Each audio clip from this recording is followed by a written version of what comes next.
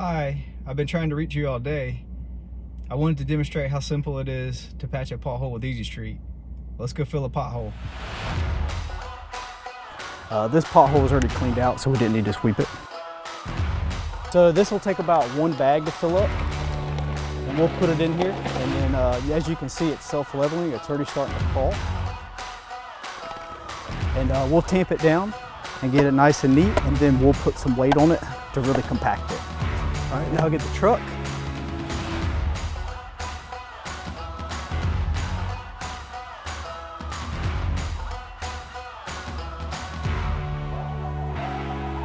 Easy Street, showing potholes who's boss.